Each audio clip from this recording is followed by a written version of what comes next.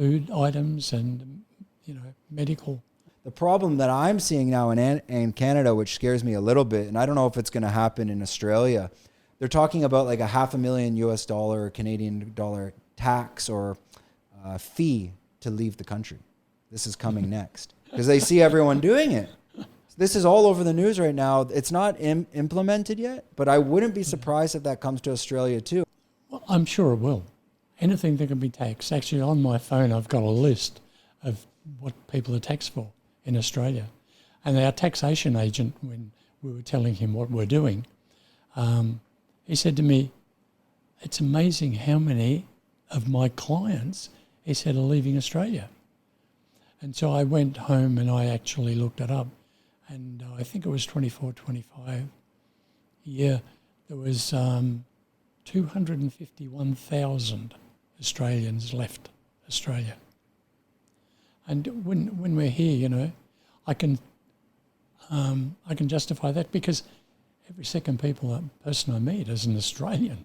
It's incredible. Which is strange because you have one of the best pensions in the world. So you would think the pensioners would be staying there. Do you think a lot of the pensioners that are coming from Australia, and you'll see a lot in Hua Hin, are they leaving just so their dollar can go a bit further, or is it something deeper?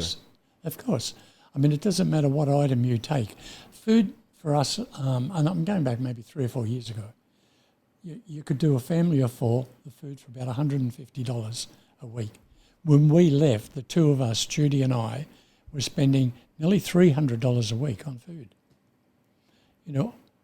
We cooked at home, went out to a restaurant.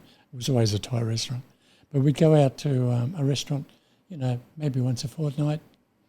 Here, we eat every meal out.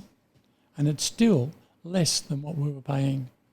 Occasionally we'll go to a restaurant that's a little bit more expensive.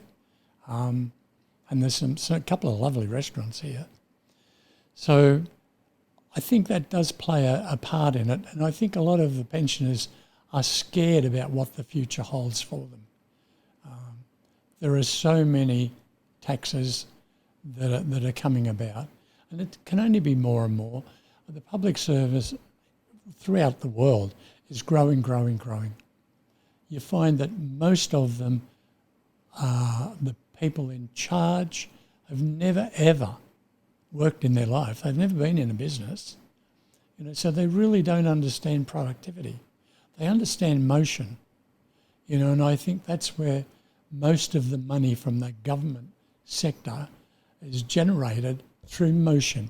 It's through, the taxes on the public servants. And, every time you get another public servant, he'll introduce a new law or a new expense to cover his wages or that department.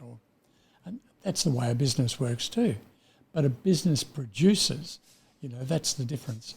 And when you look at, things in Australia, like the tax on beer in Australia is greater than the tax on all the natural gas we export. And what's Australia? Second or third largest gas producer in the world. And then we buy the gas back from China and sell it at a far greater price in Australia.